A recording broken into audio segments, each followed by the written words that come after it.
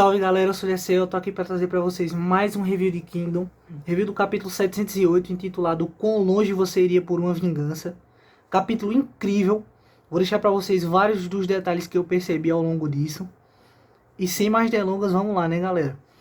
Na primeira página vemos o Homem Aidizal, o meu querido Homem Aidizal, o jovem Yu Haku, infelizmente desfalecido, morto aí no chão. E vemos a pressão tanto dos aliados quanto dos inimigos sobre o Shin. Os inimigos, é claro, porque o Shin eliminou o chefe deles, né, o líder deles, o jovem Ryu Haku. Os aliados, porque na verdade eles queriam capturar o Ryu Haku. Um deles até diz, foi esse homem que capturou o Raiden e fez ele passar literalmente por um inferno. E temos uma página dupla em seguida, onde todos estão literalmente xingando o Shin pelo Shin ter feito o dever dele. Insultos de todos os lados, o autor até colocou essa frase. Vemos os homens do Kank falando para derrubarem o Shin do cavalo, pedindo para que os homens do clã Raiden tirem ele dali. Os soldados de Zal, o maldito Shin, como ousa. O Shin vai, mete um gritão, calem a porra da boca todos vocês, bota o pau na mesa. Todos ali ficam surpresos com a reação do Shin, o cara tá puto. O único que tá de boa ali, meio com ar e riso, é o Kank, porque o cara é debochado. Quem vai dar uma lição de moral em todos eles. Em todos eles. Finalmente, meu menino, melhor personagem. Ele diz para todos limparem o ouvido e ouvirem bem o que ele vai ter a dizer. Ele diz que Kank é um grande general do exército dele. E ele, como general, fez a função e o dever dele de proteger ele. Afinal, é disso que se trata. Eles têm que proteger o líder deles. Senão, eles perdem a guerra.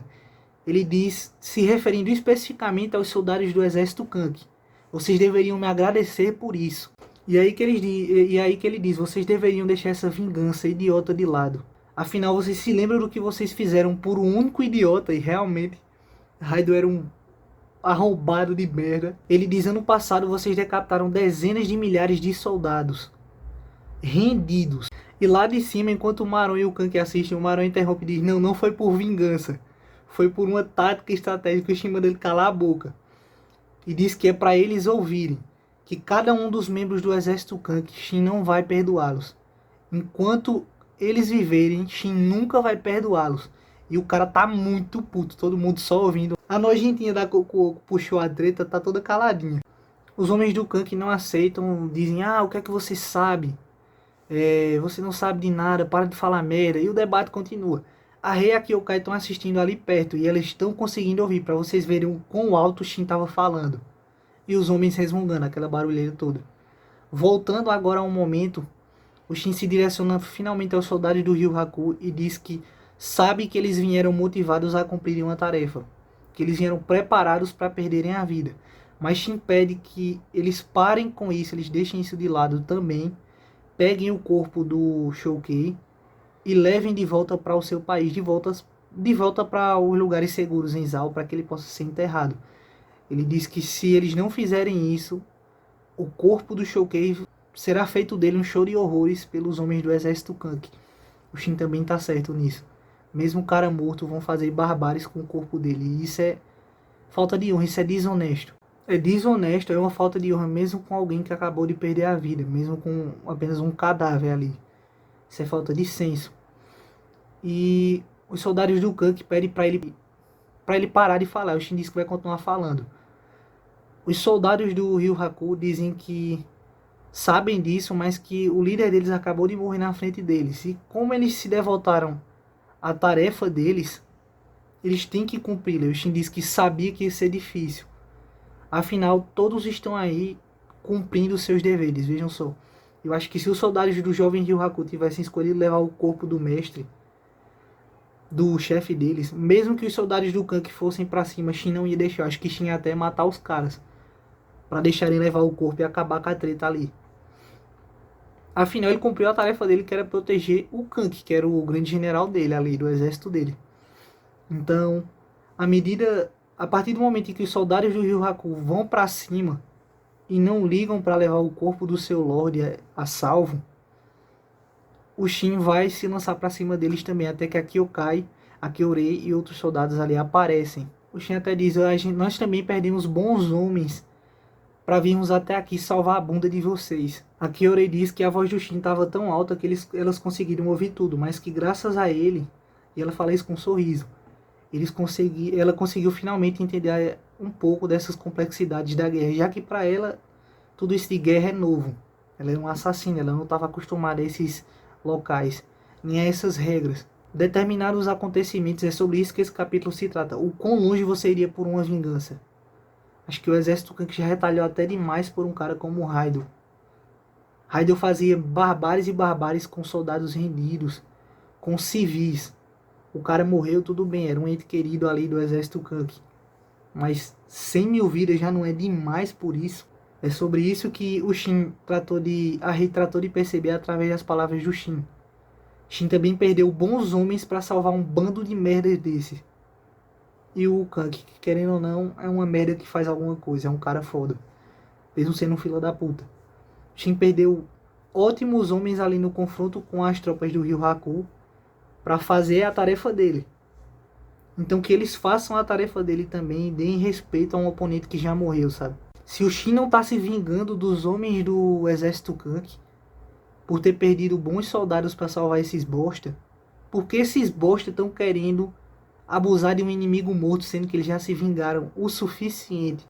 Os soldados ali do Rio Haku vão para cima, o Shin continua lutando e vendo isso, Kank e Maron começam a conversar. Maron diz que mesmo ele se tornando um general, ele continua uma criança barulhenta. Mas diz que ele realmente nos salvou, né, chefe? E Kank não dá muita corda pra isso. Ele diz, na verdade, eu sabia que sem aquele cara, tudo isso seria mais tedioso. Aí Maron diz, refere-se ao Raidou, chefe? Ele sim. Mesmo que ele não deixasse essa vitória mais fácil, Kank diz que ele não consegue se empolgar mais. Galera, eu percebo que o Kank ele não é mais tão o Kank depois que o Raidou morreu. Foi uma perda que afetou muito mais ele do que apenas na estrutura do exército dele.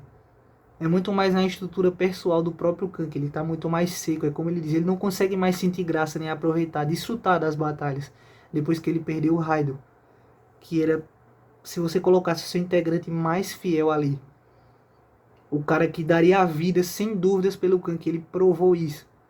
O Kank diz que ele não consegue mais desfrutar da batalha. Ele não consegue mais ver graça sem um cara como o Raidou por perto. Agora, assistindo todo aquele cenário, vemos Kohaku e sua unidade. Ele percebe que o ataque falhou. Seus homens também percebem isso. Eles dizem que se a unidade estava à frente e foi parada, eles não conseguiram completar seu ataque. Eles estão sendo derrotados. Os próximos somos nós. Kohaku começa a se lembrar daquele flashback da conversa dele com Shusuiju, onde Shusuiju diz de que vale a sua vingança se você jogar a sua vida fora. Basicamente é isso que a mensagem tenta passar. Vale tão pouco assim. E o Kohaku vai começando a se irar porque ele lembra que no final das contas Shusuiju estava certo. Qualquer cenário que não resulte na morte do Kank será a sua morte. Kohaku começa a ficar furioso, se lembrando disso, mas enfim ele toma uma atitude. De longe, Sun Shuiju e seus oficiais eles analisam toda essa situação aí. Mas também o Shun Shuiju pensa consigo mesmo, fuja Kohaku. E é essa atitude que o Kohaku vai tomar. A batalha só começou. Na próxima página vemos o cerco a Tsuyu continuar. E mesmo depois de enfrentar todas aquelas tropas suicidas, o exército Ozen progride, eles vão tomando as muralhas, eles abrem as portas da fortaleza. A Kou entra, vemos ele entrando com seu exército. Soou e Shiryu, sua mina ali também fatiando os caras e entrando. Vemos até aquele oficial do Denrimi, que eu até me esqueci o nome. Você percebe que é ele porque ele está espetado por várias flechas com a lança ali apontando para os homens seguirem em frente. Próxima página. Vemos agora Shun Suiju com alguns oficiais ali do alto escalão ali. Oficiais que comandavam muito provavelmente as defesas. Eles pedindo sinceras desculpas ao Shun Suiju. Shun Suiju alegando que isso não é necessário, que eles conseguiram um ótimo resultado com esse cerco. Vejam as maquinações começando. Peguem a partir daí, beleza? Eles dizem que logo depois eles vão levar os lords também a salvo aí por essa passagem subterrânea, pela qual Shusuiju e alguns soldados descem, todos com cavalos também.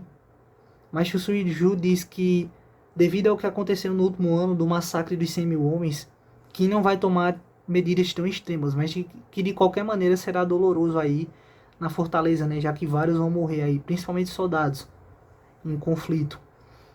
Mas ele diz que não importa o que aconteça, assim que eles derrotarem Kank e posteriormente Ozen, Shusuju vai voltar para resgatá-los. Ou seja, ele deduz que esses homens serão capturados. E é de fato o que acontece. Na próxima página, Atsuyo finalmente cai para as forças de Kin. Vemos os reféns ali, civis que estão amarrados e cercados pelas tropas de Kin. Alguns soldados rendidos, os oficiais do alto escalão que estavam conversando com Shusuju aí, também amarrados. E percebam o seguinte: esses soldados não foram executados muito provavelmente, já que o cara que encabeçou todo esse cerco aí foi o Ozen. O exército Ozen não tolera esse tipo de coisa. Eles guerreiam da maneira casual. Em seguida, na próxima página, nas falas do narrador, temos o seguinte: a vitória de Atsuyo não foi comemorada pelas forças de Kin. O motivo para isso é que eles dizem que não havia sequer um único sorriso no rosto dos oficiais do exército Ozen. A moral das tropas era exacerbadamente alta. E por ser tão alta, demorou o triplo do tempo para se conquistá-la. Vejam que mesmo o exército Ozen sendo versado em tomar castelos, sendo uma das habilidades principais deles, eles mesmo assim passaram perrengue para tomar Atsuyo, e que mesmo com tudo isso, eles ainda a conquistaram, mas que tiveram o triplo das casualidades, já que demorou o triplo do tempo. O que eu quero que vocês percebam aí, além do que Shun Suiju falou, sobre os resultados terem sido ótimos, arremete a isso. Mas vejam que Ozen está olhando para a cidade de Jian, ele está olhando para a localidade da cidade de Jian, beleza? Ozen está bem calado como de costume, mas está fixo com seu olhar ali em Jian. Voltando agora para a próxima página, Shun Suiju finalmente sai pela passagem subterrânea ao cair da noite e se depara com Kohaku e alguns poucos soldados. Shun Suiju diz: então você sabia da passagem secreta de Atsuyo? E Kohaku diz que ele fugiu, mas que mais uma vez ele está muito envergonhado. E Shun Suiju diz que para ele não se preocupar com isso, que quando eles derrotarem Kank, ele vai ver que foi a decisão correta a se tomar, e que agora eles devem ir de encontro a Hibuku, seguir o próximo passo do plano. Galera, que capítulo magnífico! Um adendo aí que eu quero deixar: a primeira parte, onde temos o Shin dando o sermão na galera do Kank, a Kyorei falando que finalmente compreendeu um pouco mais. Essa primeira parte aí do capítulo podemos dizer que arremete ao nome. Até onde você iria por uma vingança? Até quando você iria? E posteriormente até o resultado, né? As tropas de Atsuyo estavam tão motivadas em se vingar pelo massacre dos 100.000 que tiraram o triplo do especulado das tropas de Ozen. Mesmo sendo derrotados, eles causaram o triplo de perdas do que se era esperado ali por um exército altamente capaz como o do Ozen. A segunda parte, Kank cada vez mais robotizado, sem o Raido, sem a presença do Raido. Ele não tem mais estiga, ele não tem mais vontade, não tem mais alegria em guerrear, mas mesmo assim ele se mantém. O cara é altamente talentoso. Mas percebam que o Kank está cada vez mais morgado com a guerra. E se eu disser que esse olhar do Ozen não foi um olhar de frustração, como é perceptível pela face do Denrimi e do Sou, e sim é um olhar analítico, é um olhar muito pensativo e cauteloso. Ozen está muito com o pé atrás disso não ser uma possível coincidência, disso não ser uma mera casualidade momentânea. E terceiro, toda essa trama, eu quero que vocês entendam o seguinte: o plano do Hibuku ele se consiste em 3 fatores. O primeiro era separar os exércitos Kank e Ozen em Atsuyo, o primeiro. O segundo, ele enviou 2 generais de Seika para uma cidade na fronteira chamada Houmou. Os generais Kansaro e Jiaga, altamente capazes. Ele enviou com as tarefas desses 2 generais pararem os exércitos norte e leste de Kin, que se juntariam aos 2 que subiriam de Atsuyo. E o terceiro, Hibuku espera enfrentar um dos exércitos sozinho em Jian. Essa é a estratégia do Hibuku, dividida em 3 partes. Porque é dito pelas falas do narrador que todos os oficiais do Ozen ali estavam sem um sorriso nos rostos.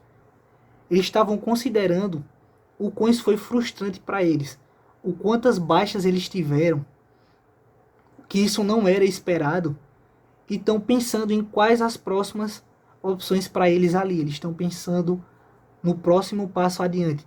Mas Ozen não estava preocupado com as perdas.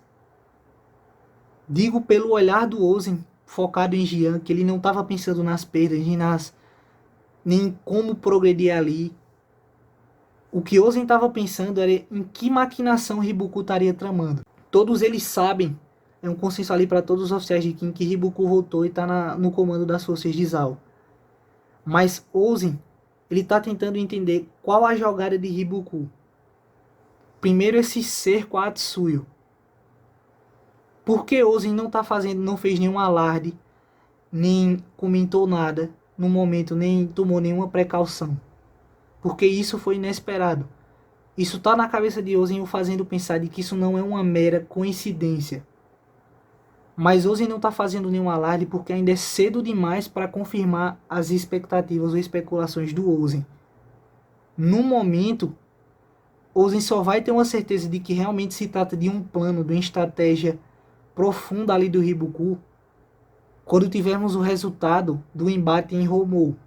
Se os dois generais conseguirem parar os exércitos norte e leste de Qin, que é o que eu acho que eles vão conseguir com certeza, Ozen vai finalmente perceber que tudo se tratou de uma trama de Hibuku para pegar um exército isolado. E com certeza vai ser o do Kanki, afinal foi o do Ozen que teve perdas. Mas é com isso que Ozen está apreensivo. Ele está se cogitando de se tem algo a mais. É uma estratégia muito mais profunda do que parece. Para os homens ali, os generais do Ozen, eles estão pensando que isso foi uma adversidade. Porra, nós perdemos 3 vezes mais homens nesse cerco. E agora, o que é que a gente faz? Como lidar com isso? Mas Ozen está pensando jogadas à frente. É isso que grandes generais fazem. Enquanto os generais estão pensando 1, 2 passos à frente em como lidar com isso, Ozen já está escolhendo ver cenários futuros. E assim que o resultado de Homou sair, escutem o que eu estou dizendo, galera. Ozen vai saber, ele vai tirar a certeza dos pensamentos mais tenebrosos que ele está tendo agora. De que tudo isso, todas essas maquinações foram empreendidas por Hibuku para pegar o Kanki isolado. Se fosse o exército Kanki que tivesse sitiado, como foi dito aí pelos demais homens, era um consenso entre eles que se fosse o exército Kanki, as perdas seriam muito maiores. Seria o exército Kanki que estaria nessa situação de não poder dar um riso. E Ozen teria que marchar sozinho. Mas como foi o exército Ozen, é Kanki que vai ter que marchar sozinho agora. Então esse foi o vídeo, cara. Se tu gostou, curta, comenta e compartilha. Ajuda muito. Capítulo magnífico, galera.